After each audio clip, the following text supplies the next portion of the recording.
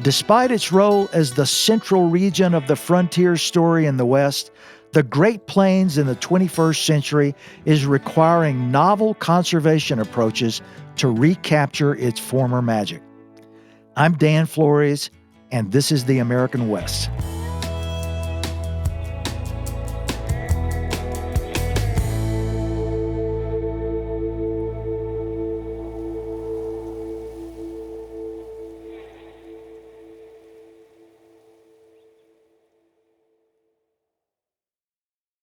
Loving the plains, hating the plains, rewilding the plains. I know almost nothing useful about W.H. Auden, the 20th century British writer-critic, except that he once wrote these lines which I committed to memory. I cannot see a plain without a shudder.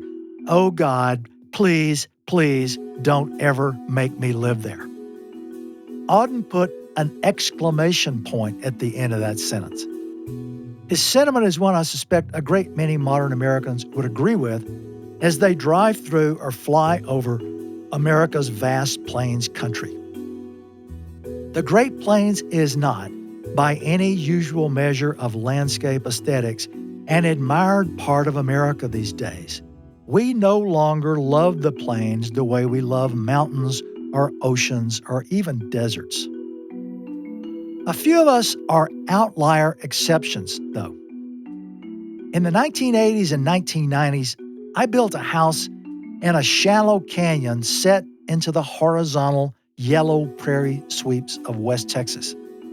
And today, I live in another house I've built in Pinon Juniper foothills only 20 miles west of the high plains of New Mexico. In an experiential refutation of W.H. Auden, I can say honestly that no other landscape has ever moved me the way the plains have done. So, try to suspend disbelief over that sentence for a moment.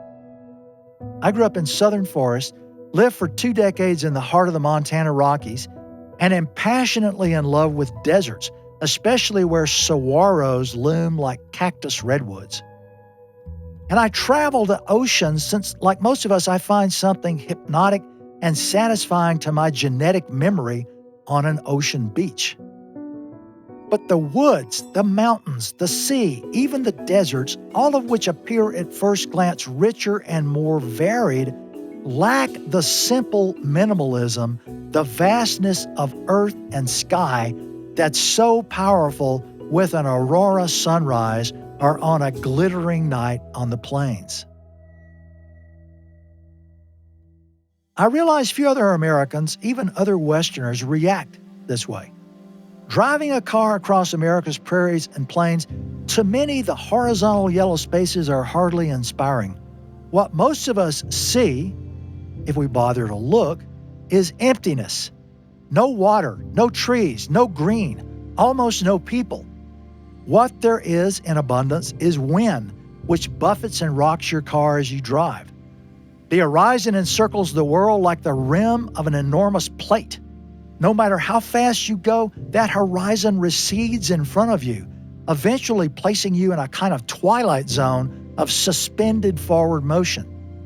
There are stretches where if you roll down the windows, the country smells of ammonia, feedlots, and hog farms. And those aren't pretty scents. At midday, the light can be almost too bright to look at, or else it's a diffuse brown pall, agriculture going airborne. As for our presence, on the plains, the human infrastructure often looks beaten and discarded. Dying towns memorable for the amount of windblown waste snagged on chain mesh fences loom and recede along laser-straight highways.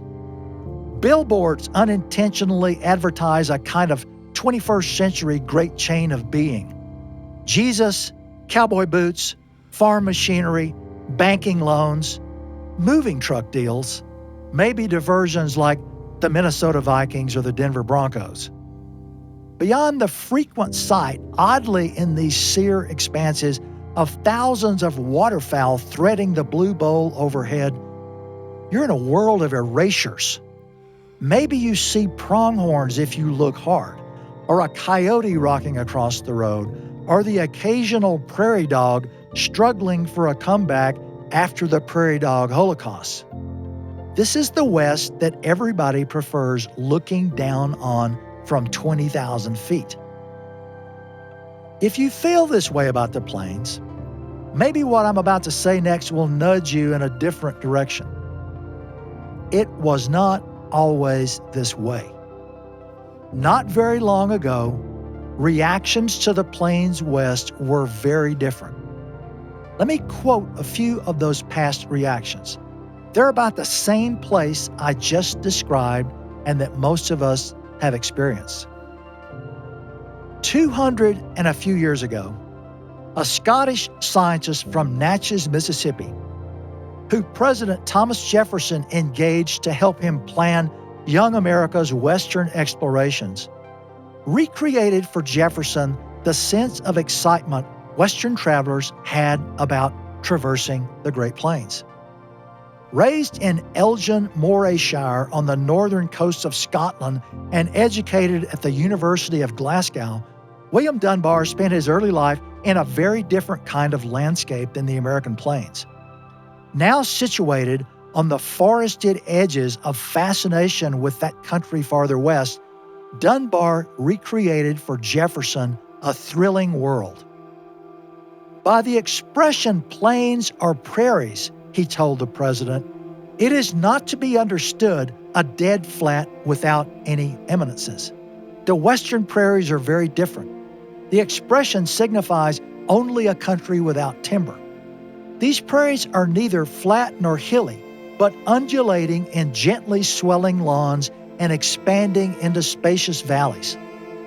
Dunbar went on, those who have viewed only a skirt of these prairies speak of them with a degree of enthusiasm as if it were only there that nature was to be found truly perfect.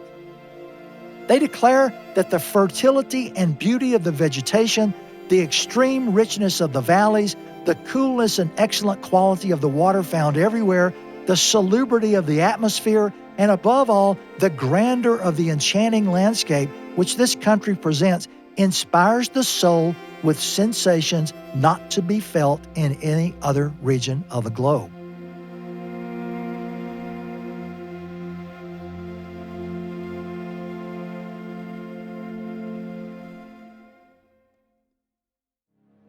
In later letters, Dunbar told Jefferson what he called wonderful stories of wonderful productions on the Great Prairies. Especially compelling were the accounts of the wildlife riches there. In this natural pasturage, there were buffalo and other grazers in numbers beyond imagination, even herds of wild horses like zebras in Africa. There were bears, tigers, wolves, all the animals that lived off those grazers. There were accounts of giant water serpents, which a scientist like Dunbar did not credit. All of it he passed on to an American president whose house at Monticello was decorated with maps of the West.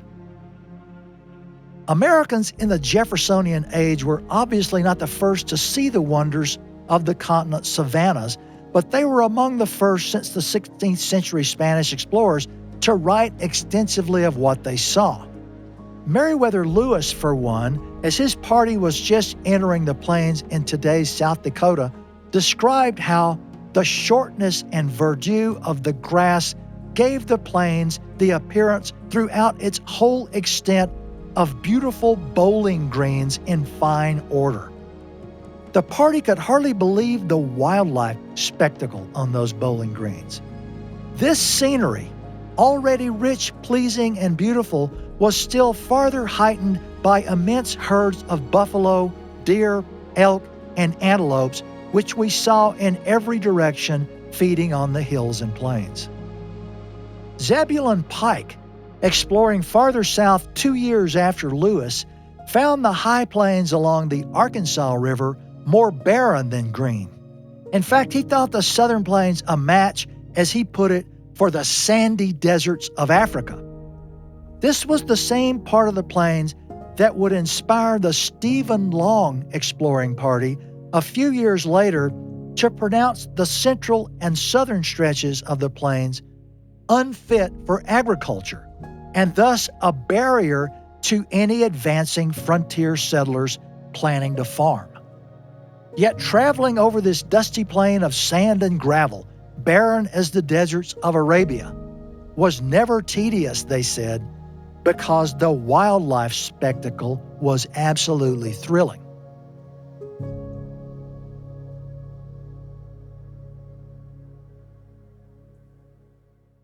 Returning to civilization down the Canadian River in today's western Oklahoma, Long's party traveled through inconceivable numbers of herbivorous animals and innumerable birds and beasts of prey. Herds of wild horses, 500 strong, surrounded them. All these animals were so tame that they appeared wholly unaccustomed to the sight of men, they wrote. The bisons and wolves moved slowly off to right and left, leaving a lane for the party to pass. Long's official report claimed that the Western Plains seemed peculiarly adapted as a range for buffaloes, wild goats, and other wild game.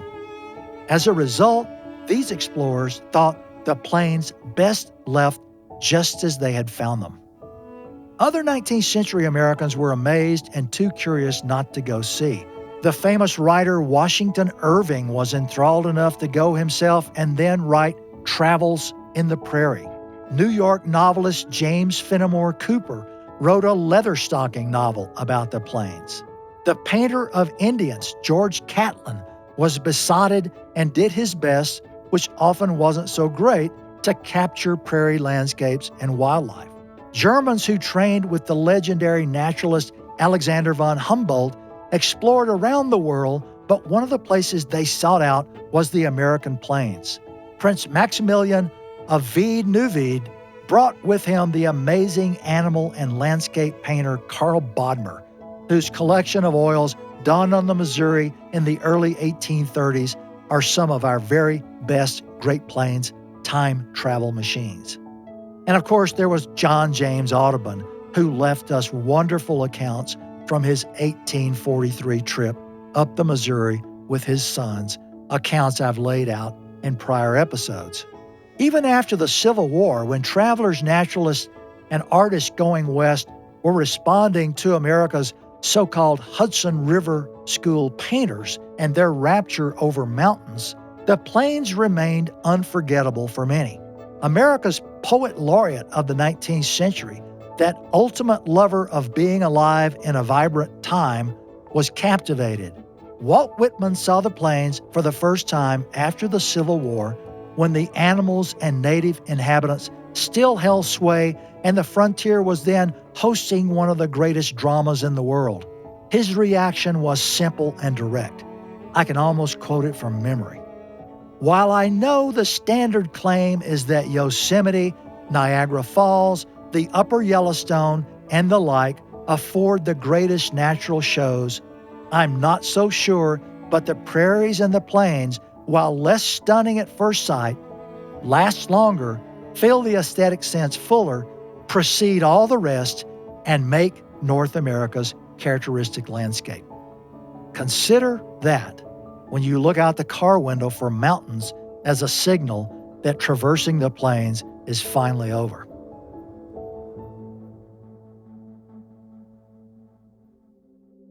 As long as the wildlife spectacle lasted, the plains continued to intrigue the same set of eclectic adventurers from Europe who searched out the sources of the Nile in Africa or became white hunters there. Prairie fever is what they called this fascination in the 19th century. Even in the 20th century, after 5 decades of killing had rendered the plains eerily silent, but before agriculture pulled the grass up wholesale, the region could still entrance. For New York bohemian Mabel Dodge, journeying by train to New Mexico, the plains seemed a desert, but a beautiful one, that, in her words, rolled away for miles and miles, empty, smooth, and uninterrupted. I thought I had never seen a landscape reduced to such simple elements. Young Georgia O'Keeffe, sentenced to a career as an art teacher in Outback, Texas during World War I, before becoming an internationally known painter, out on the undulating sweeps near Amarillo, marveled at how you could just drive or walk off into space, as she said. It's absurd the way I love this country. Writing her friend Daniel Catton-Rich as late as 1949, O'Keeffe told him, "Crossing the panhandle of Texas is always a very special event for me. Driving in the early morning toward the dawn and rising sun, the plains are not like anything else, and I always wonder why I go other places." The Western writers Mary Sandoz and Willa Cather reacted in a similar way to the country that produced them. Cather told a back-home newspaper in 1921, "I go everywhere. I admire all kinds of country. But when I strike the open plains, something happens. I'm home. I breathe differently. That love of great spaces, of rolling open country like the sea, it's the grand passion of my life. I've tried for years to get over it. I've stopped trying. It's incurable." Even without the great herds, without the wolf packs or the sight of a grizzly suddenly standing upright in river willows, when the landscape itself was still intact, the Great Plains could excite the eye with a rhythmic, ocean-like topography.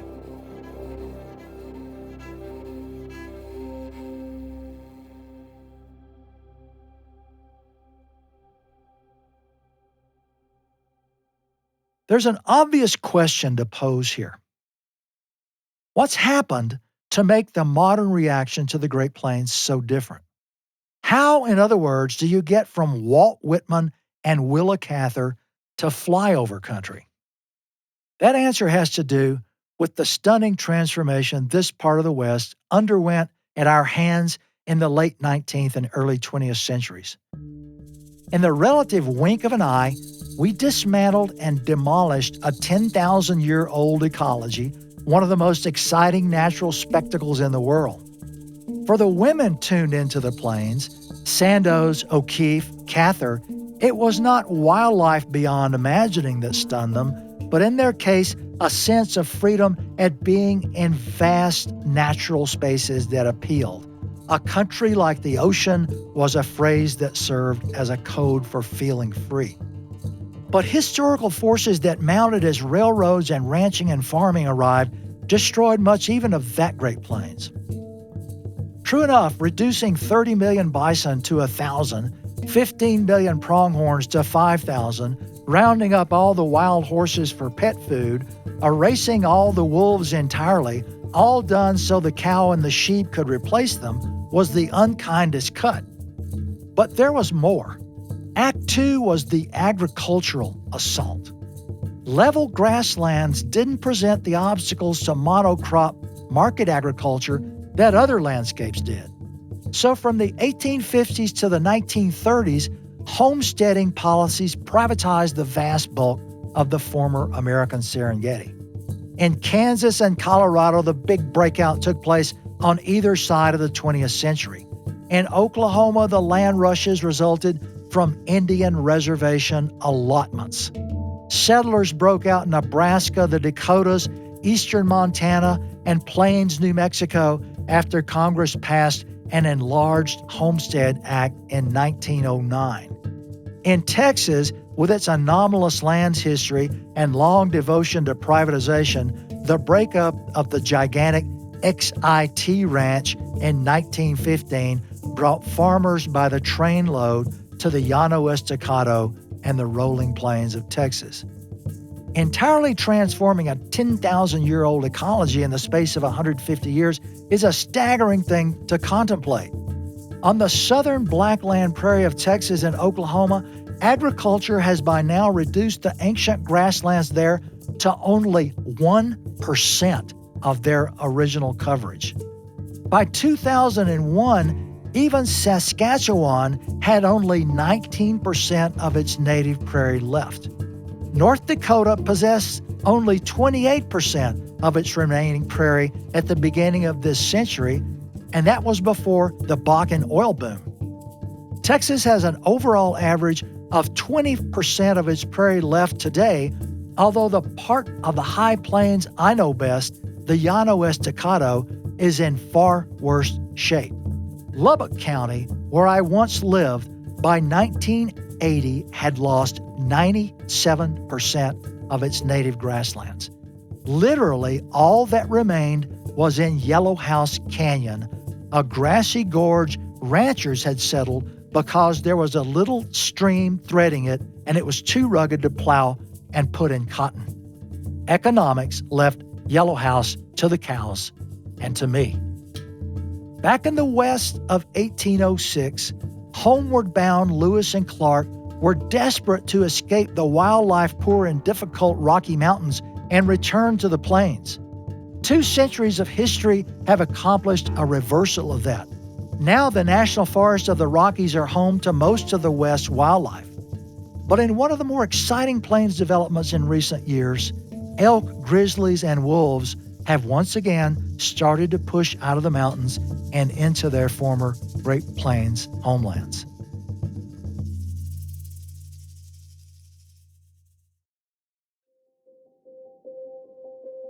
This is a 3-act story. Once, when its ecological health was fulsome and intact, we thrilled to the plains part of the West. Then we homesteaded it and wreaked havoc on its natural world, creating flyover country. For the past 3/4 of a century, a third phase has been building momentum. Stage 3 is still a vision to reimagine and recreate the setting that once infected us with prairie fever. Rewilding the Great Plains with its traditional charismatic big animals means finding places where the antelope can still play. Natural grasslands and prairie ecosystems are now among some of the most underpreserved natural regions on the continent, and indeed in the world. Despite acclaimed examples of grassland parks that now preserve the charismatic wild animals of the African plains, such as the Masai Mara and Kruger parks in Africa and the Elmas in Brazil, conservation in the United States for a very long time overlooked the plains. Irony doesn't even capture knowing that the first call for an American national park by artist George Catlin in 1832 was for a park on the Great Plains. But all of us are aware that the most famous Western national parks are nowhere near the plains. The National Park Service during its early history was embarrassingly apathetic toward parks on the grasslands east of the Rockies. That began to change in the 1930s, but not before there were huge misses. During the initial phase of national park history, the scenic ideals of the Romantic Age was for scenery thought to be sublime. Sublime landscapes were always vertical. The more monumentally vertical, the better. The horizontal was decidedly not sublime. So the major conservation initiatives that gave us our national park public lands a century ago focused on Western terrain that was like the European Alps. In other words, soaring mountain peaks, gasp-inducing canyons. This meant that the Rockies, the Sierras and Cascades, and the Colorado Plateau became the bastions of the parkland public lands.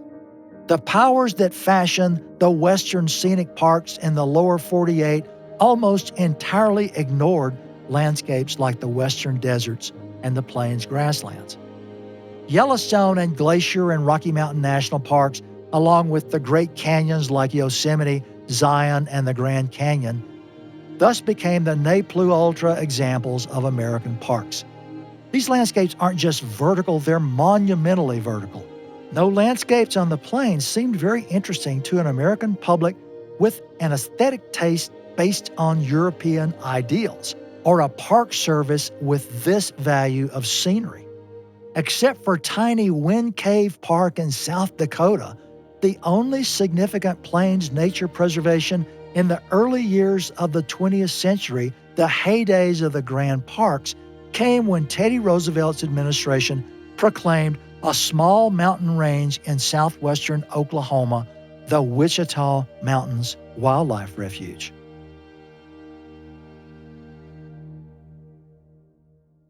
With the emergence of the science of ecology, by the 1930s, the Park Service gradually began to appreciate the idea of preserving ecologies.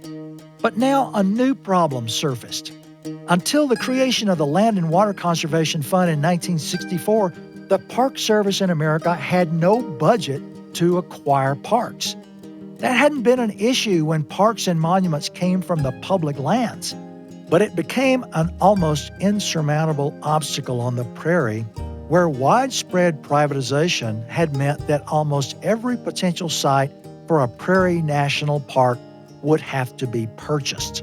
In the 1920s, the American pioneer of the science of ecology, Victor Shelford, and a group called the Committee of Ecology of the Grasslands began to press for large Great Plains preserves based on ecological factors rather than scenic spectacle.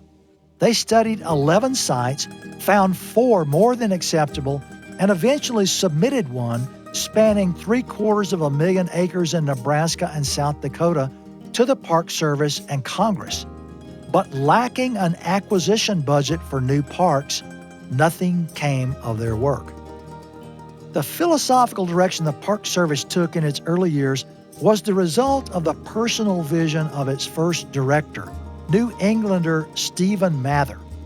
The prime directive in Mather's criteria was that new parks had to possess scenery so extraordinary as to be of national interest.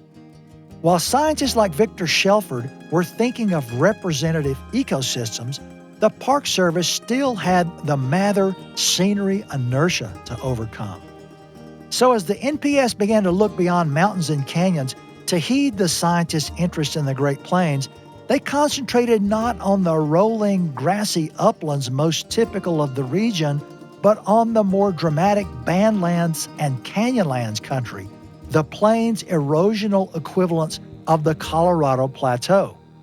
The success of Yellowstone had them thinking about animals too, about game parks like Africa's. But scenery was always first. The problem was that little on the Great Plains measured up against the Grand Canyon or Zion.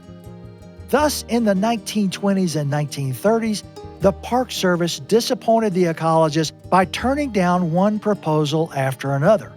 One area, though, the South Dakota Badlands, did set the plains on the road eventually to a sizable national park.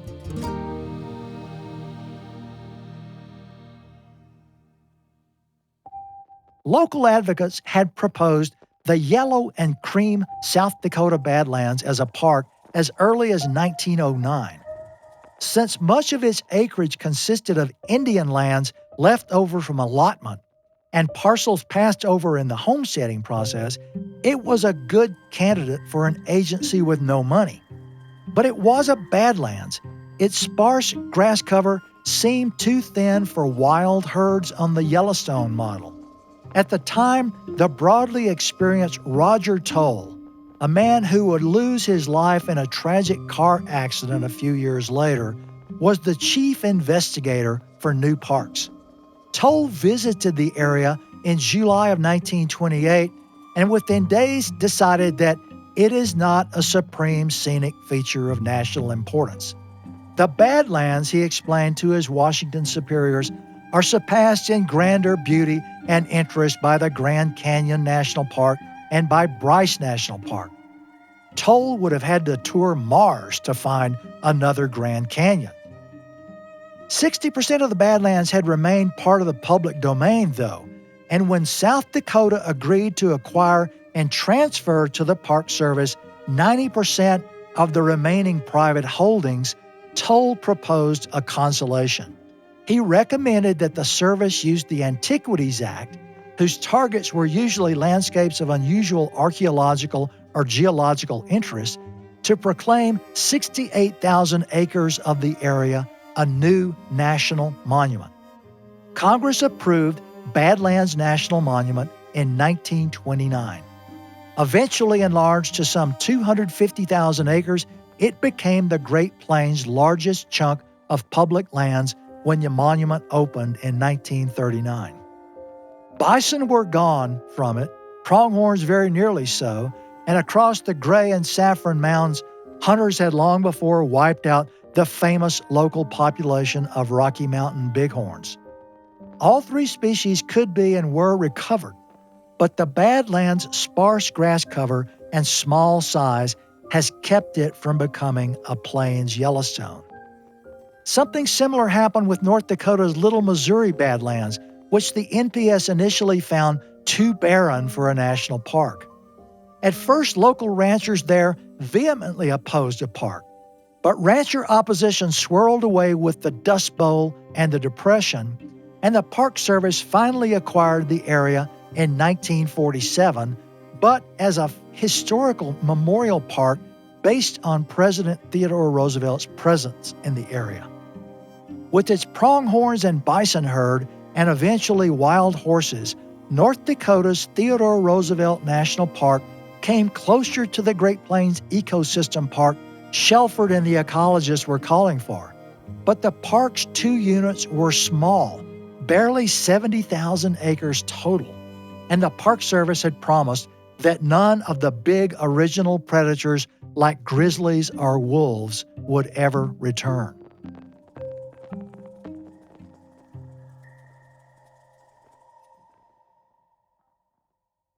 The public lands reserve on the northern plains that would eventually have the most promise as a Catlin-like wild possibility began life modestly in 1936 as the Fort Peck Game Range, initially managed by the Bureau of Biological Survey. The survey had sent its well-respected ecologist Olaus Murie to report on the area surrounding a dammed reservoir the Corps of Engineers was creating on the Missouri called Fort Peck, expecting Murie to suggest a waterfowl refuge. Murie surprised his bosses by arguing that the broken Badlands-studded valley held much greater promise as a preserve for big wild animals. From small things, large results. By the 1970s, what had now become called the Charles M. Russell National Wildlife Refuge was the second largest one in the lower 48, of a size that made it a real possibility for modern rewilding. With its 1978 Omnibus Parks Bill, that same decade, the Park Service upgraded both the Badlands and Theodore Roosevelt to full national park status. Along with Wind Cave and Saskatchewan's Grassland National Park, established in 1981, and 8 national grasslands, all these gave the northern plains at least a start in recapturing the wildlife spectacle and ancient poetry of the American prairies. I've already told the story in episode 22 of the NPS attempt to create a national park of the plains on the southern plains around Palo Duro Canyon, a 60-mile-long canyon carved by the headwaters of the Red River as it slices through the Texas Panhandle. 1,000-foot-deep roar of color, Palo Duro was certainly scenic and vertical, but it wasn't scenic or vertical enough to suit Roger Toll. Plus, it had long since gone under private fence.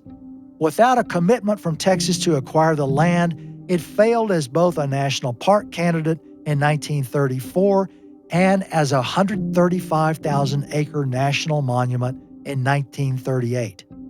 Geologist Charles Gould argued that Palo Duro, as he put it, is well worthy of being made into a national monument.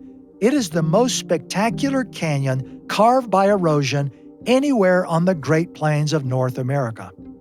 But no one in Texas stepped forward to help with the $294,000, roughly $6.7 million today, the NPS needed in the 1930s to acquire a Palo Duro Canyon National Monument.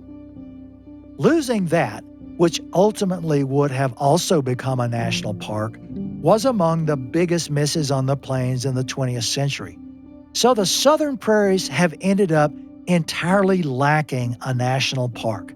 South of the Arkansas River, there are a handful of national wildlife refuges and 2 small national monuments, Alabate's Flint Quarry in the Texas Panhandle and Capulin Volcano in New Mexico.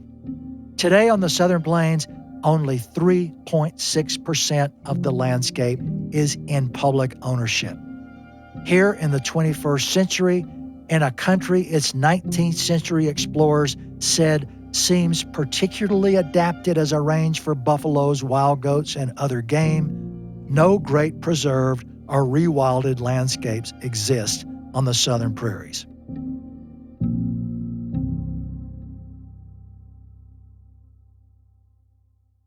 In our time, restoring the Great Prairies to their former glory is assuming a different form than the last century's grand national parks.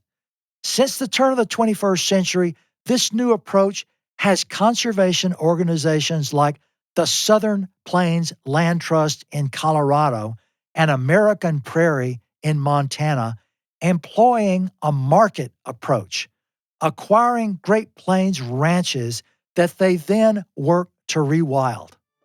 The Southern Plains Land Trust owns a 45,000-acre ranch called Heartland in southeastern Colorado, where it's now removed all internal fencing and recovered bison, pronghorns, wild horses, elk, and extensive prairie dog towns. Once 5 billion strong, prairie dogs are today down to just 1% of their former numbers. But ecologists find a striking correlation between existing prairie dog towns and the remaining populations of iconic prairie species like burrowing owls, ferruginous hawks, golden eagles, and endangered species like mountain plovers, swift foxes, and black-footed ferrets, which prior to mass poisoning of dog towns preyed on prairie dogs the way wolves culled elk.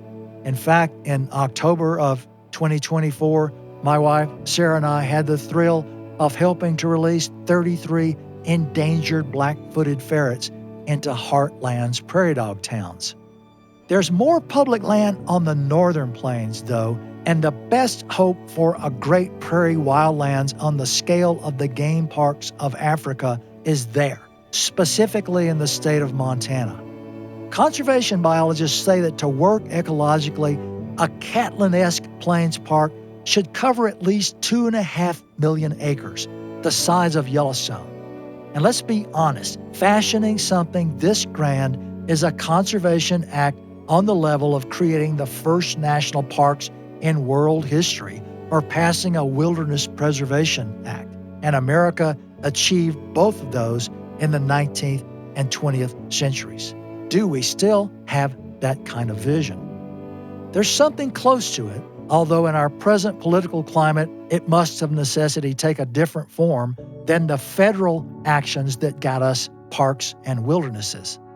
The bookends of a grand prairie preserve emerged from President Bill Clinton's 2001 proclamation of an Upper Missouri River Breaks National Monument draped along 150 miles of that river.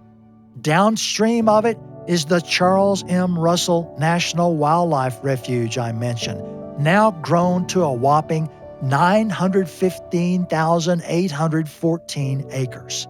And in between those two vast public lands, private ranches looking for buyers. American Prairie opened offices in Bozeman, Montana in 2001 to see if the Rockefeller family's strategy of buying up private ranches to create Grand Tetons Park might work on the 21st century Great Plains. The organization has money. They're big-time donors on both coasts, although the vast majorities of AP's donors are small contributors. And it has an epic plan to acquire a critical 500,000 private acres in order to stitch together the existing public lands along the Missouri into a restored Great Plains preserve that could approach 3 million or more acres in size, larger even than Yellowstone. Despite a rousing firestorm in the conservative media and the present strongly conservative Montana state government, major players, including National Geographic, are all in on American Prairie's project. It envisions a rewilded Great Plains preserve, including not just bison, elk, and pronghorns, but the full ecological array of animals and ecologies of the historic plains, including grizzlies and wolves. American Prairie, in other words, would be what we never got, a version of the Masai Mara or the Serengeti in America. Recreating our American Serengeti means a reversing of the arc of recent history on the Great Plains. That enrages some people, but it is, after all, a realization of the Stephen Long idea from 1820, that the best future for at least pieces of the plains is to preserve the region in the state we found it. That state of nature, after all, had 10,000 years of prior existence going for it.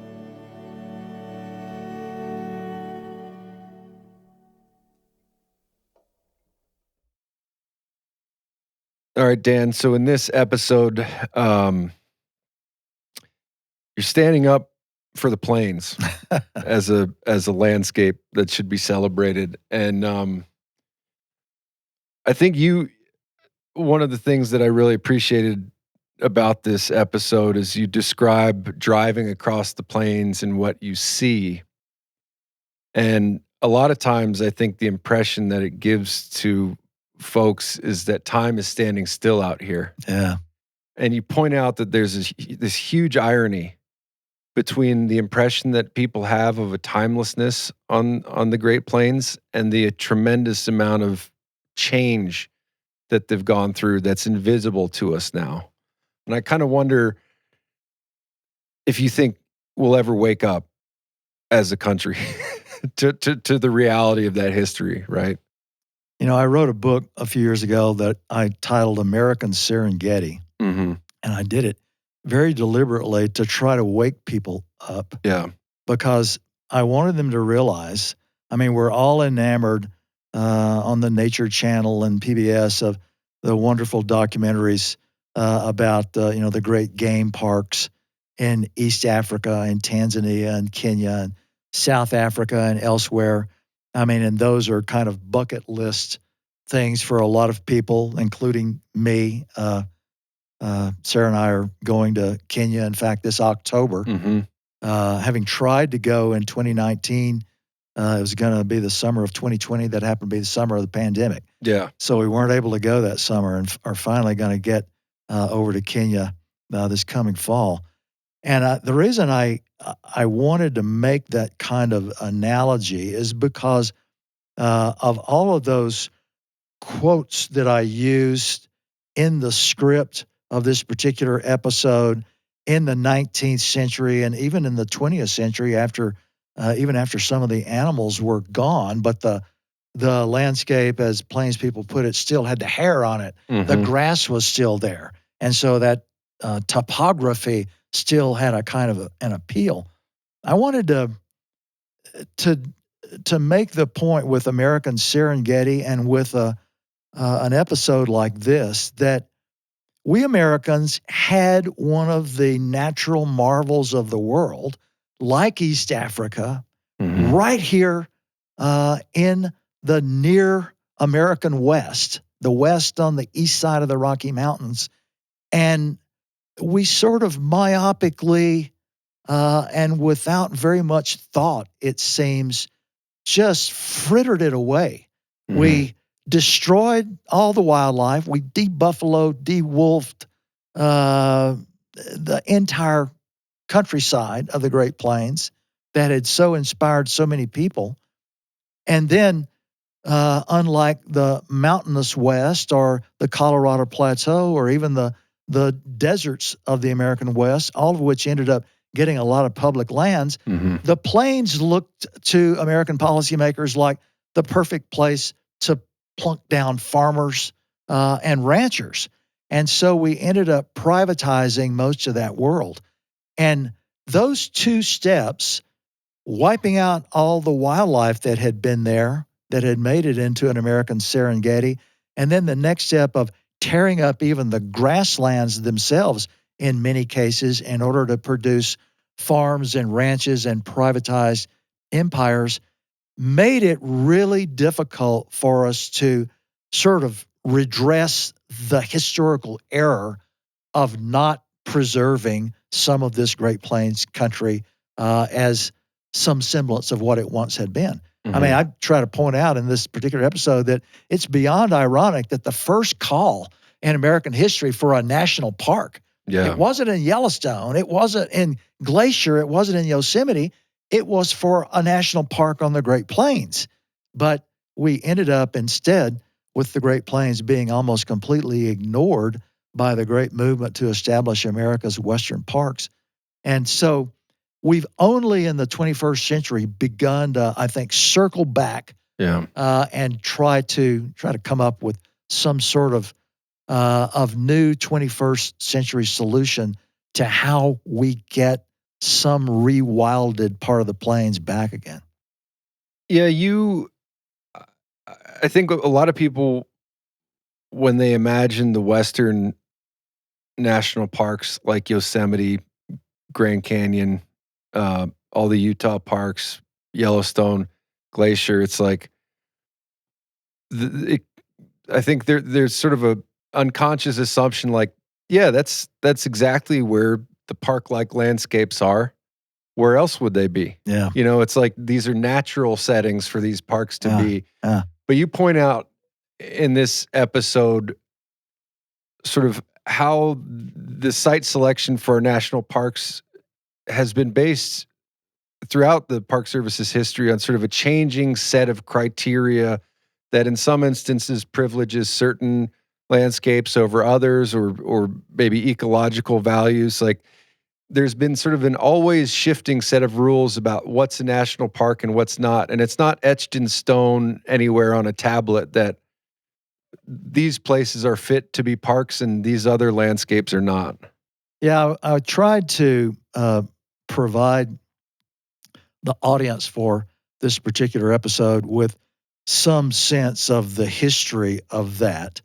And it's pretty clear in the early years of the designation of parks. And of course, we designate quite a number of parks before we ever have a National Park Service in order to kind of codify what sort of landscapes we're looking for. But when we do have a National Park Service, that happens in 1916, and we have an initial director, Stephen Mather is his name. He's a New Englander, very wealthy, Harvard-educated New Englander who sort of imposes his will on site selection for additional national parks. What you start to realize is that in these early stages, from the time that Yellowstone had been set aside down through the creation of a park service, is that we had looked for parks based on a kind of a European model that centered around what was thought of as the most scenic part of Western Europe, which was the Alps. And so we were looking for mountain ranges that looked like the Alps. We were looking for, in the more arid parts of the West, at least really vertical walled canyons, because verticality was regarded as the sublime scenery. Right. And of course, the Great Plains is anything but vertical. It's basically a horizontal landscape. And so that kind of model immediately put the Great Plains in a privatization is taking place too, but that model put the Great Plains on a back burner. And then when we finally start getting ecologists beginning to weigh in and telling the Park Service, so what you need to do is you need to have some representative pieces of different ecologies to preserve American nature. By this point, many of the public lands parks had been created, and since the Plains has been privatized, the Park Service is now confronting, wow, so how do we actually get a park if we want one on the Plains? That means we're going to have to buy it, and we don't have an acquisition budget. Our Park Service has always just created parks out of existing public lands. Right. And that then becomes the next big hurdle in an effort to try to turn back towards the Great Plains and begin to preserve some of those landscapes that are there.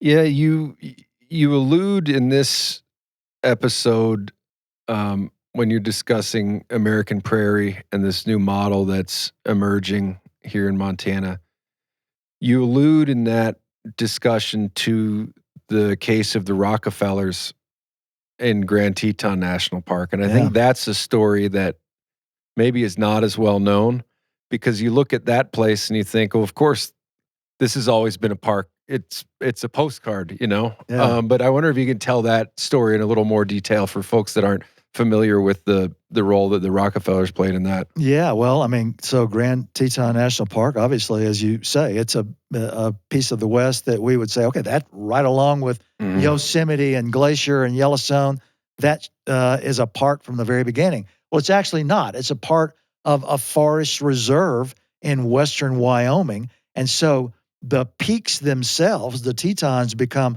a part of the public lands. But in order to create a national park there, you need some of the valley floor, you need a longer stretch of the mountains, and much of the country around the peaks themselves had been taken up under the Homestead Acts by ranchers. And so, what the Rockefeller family did starting in the 1930s was very quietly, as ranches came for sale, they began buying up the ranches around the Great Tetons and the Grand Tetons and in the Jackson Hole Valley, and quietly conveying title to the National Park Service. I mean, it reached a point in the 1940s where the ranchers realized what was going on, and there was a tremendous kind of pushback. Some ranchers refusing to sell no matter what the price Yeah. was because they were steadfast against turning the Tetons and the Jackson Hole Valley into a national park. But the Rockefellers basically managed to get most of the lands that went into Grand Teton National Park by buying up private ranches. So that was kind of the model Yeah. when American Prairie began imagining the possibility of, okay, here's this big public lands that Bill Clinton has just created along the Missouri River as a national monument. Mhm. And we've long had this now almost million-acre size Charlie Russell National Wildlife Refuge downriver. And here are these ranches in between, many of which are being offered for sale. And so let's do the same kind of thing in Montana Yeah. that the Rockefeller family had done in Wyoming. Yeah, and I think that's part of sort of the popular, maybe it's a blind spot in sort of popular discourse surrounding American Prairie, is that this isn't sort of a brand new invention. The Rockefeller story is actually a sort of very insightful It's a precedent, context really. precedent. Yeah. Yeah. Yeah. Yeah, it and is. and today, you know, we think of Grand Teton National Park and we don't associate it with controversy, is how sort of short the historical memory is with that place. Yeah, that's exactly right, Randall. And I mean, I first heard of American Prairie, in fact, when a friend of mine, a historian named Bob Ryder, who had written about the creation of Grand Teton National Park, Mhm. was invited by this organization that was forming in Bozeman to come over and talk to them about the creation of Grand Teton Park. Yeah. And so I remember, having a conversation because Bob and he was one of my backpacking buddies for many years. Mhm. And we were off on a backpack, and I was saying, so what do these folks Yeah. in Bozeman have in mind? He said, well, I think they're going to try to do something kind of like what the Rockefellers tried. That's what they wanted me to talk about. Yeah.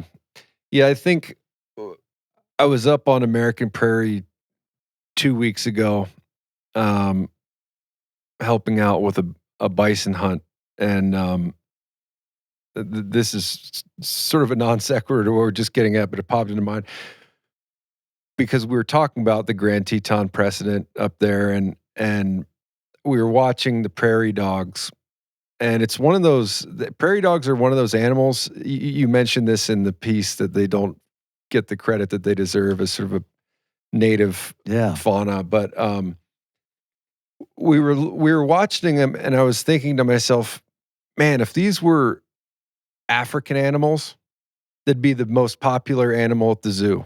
Oh, yeah. Right? You think of like the meerkat, and it's sort of just the exoticism of that animal gives it like a spark in your mind that the prairie dog just doesn't seem to elicit. And I don't know, I find sometimes when I kind of rearrange the furniture in my head and try to take a different perspective on what's right in front of me, I get this new appreciation for it. And you kind of begin to really see the prairie dog for what it is.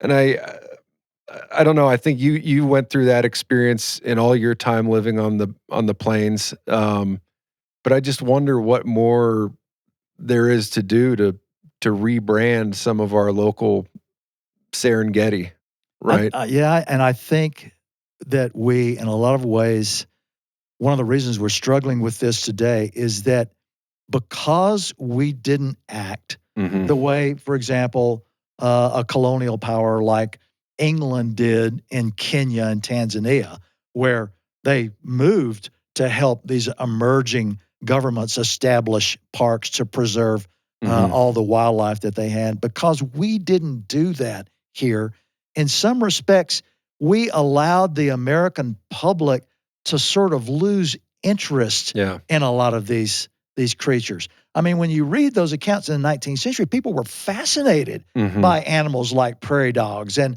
black-footed ferrets and swift foxes. And I mean, everybody was just, they were prairie fever, in fact, is the term that everybody used for a fascination with being on the Great Plains and seeing all these animals. And because of the way our history played out, we lost the sense of the magic of it. Mhm. And so, along with the creation of the landscapes themselves, I mean, we're kind of going to have to, I think, reacquire the magic. And I think if American Prairie does succeed in its grand vision of not just having buffalo Yeah. and elk and pronghorns, but also having gray wolves, grizzly bears, prairie dog towns, all of the complete kind of ecology that so thrilled people in the 19th century, I think we've got a chance to get it back. Mhm.